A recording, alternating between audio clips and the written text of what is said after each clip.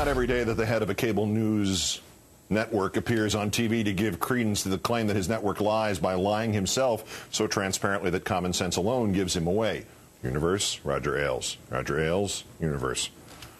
The Fox News super genius appeared on ABC's This Week as part of a roundtable, and fellow panelist Arianna Huffington, our guest presently, called on Ailes to answer for the damage his network does to the country. Ailes, claiming that bad blood between his network and the White House is now largely past, also claimed that Glenn Beck, when he said that people are going to be killed, future tense, he was talking about Hitler and Stalin, who are, of course, are dead. Aren't you concerned about the language that Glenn Beck is using, which is, after all, inciting the American people? There's a lot of suffering out there, as you know, and when he talks about people being slaughtered, about who is going to be the next in the killing spree... Well, he was talking about Hitler and Stalin slaughtering people, so I think he was probably accurate.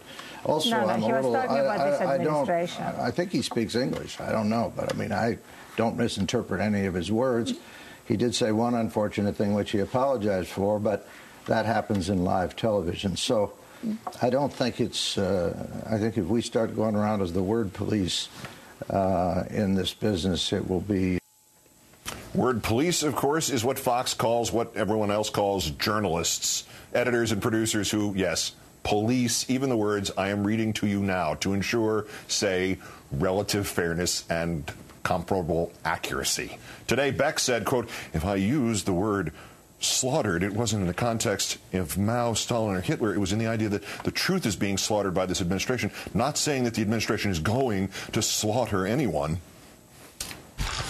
And when you see the effects of what they're doing to the economy, remember these words. We will survive. We'll do better than survive. We will thrive as long as these people are not in control. They are taking you to a place to be slaughtered. I guess that wasn't English. Ailes' disdain for word police, not only a slur against whomever at Fox still considers themselves journalists, but also explaining why he sees his goal not as journalism, but purely as ratings, as you'll see in a moment. Warning. If your head is fragile, it may explode from his argument that when the president met with the GOP, Fox stopped covering it because Fox is trusted, because Fox covers everything. I'm not in politics. I'm in ratings. We're winning. Roger, you clearly are in ratings. But if you are in ratings, can you explain to me why Fox went away from the meeting the president was having in We're going to have with the save Republicans? Why did you go away 20 minutes before the end? Because we're the most trusted name in news. Okay, on that note, I thought you people were the most trusted name in news. 2 liberal polls have now proven it. Okay, I gotta go. The reason is we cover Gotta go with the everything. wrong type. The trust claim, referencing a new poll in which a plurality says it trusts Fox News more than any other news outlet, apparently lumping MSNBC and NBC together there.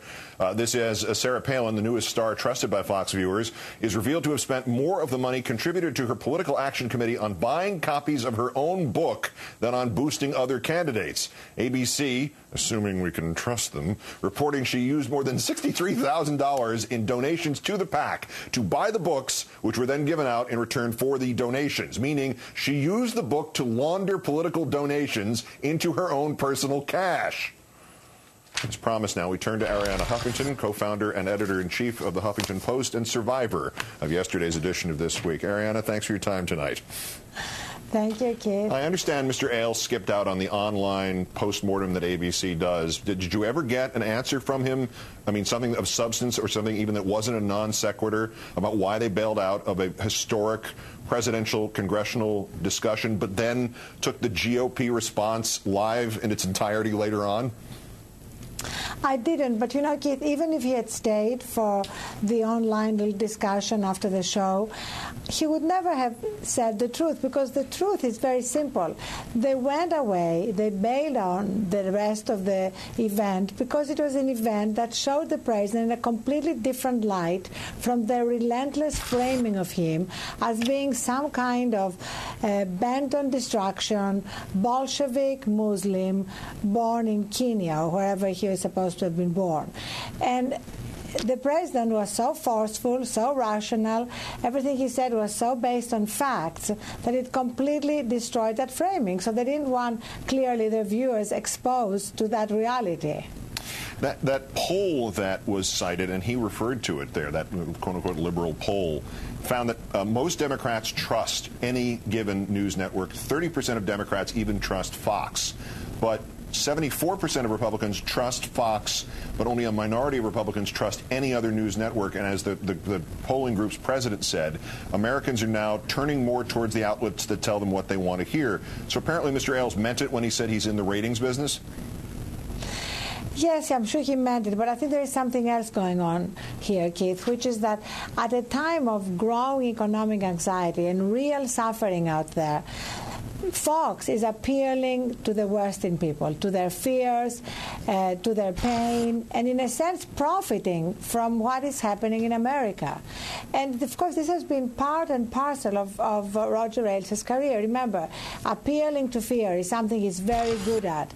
He is the man who brought us the Willie Horton ad, and he had asked at the time the question, the only thing we need to decide is, do we show him with a knife in his hand or without? So appealing to our lizard brains, which is when our rational mind kind of goes to sleep, and we just absorb all those paranoid statements that Glenn Beck is famous for. And to Mr. Beck, did Mr. Ailes or did ABC or anybody else in the last 24 hours that they've had to discover that, in fact, there is tape of him warning viewers that they would be led to slaughter in the future and had not discovered time machines, or Hitler and Stalin had not discovered time machines? Has anybody corrected that since that Roger Ailes went on national television and lied through his teeth about it?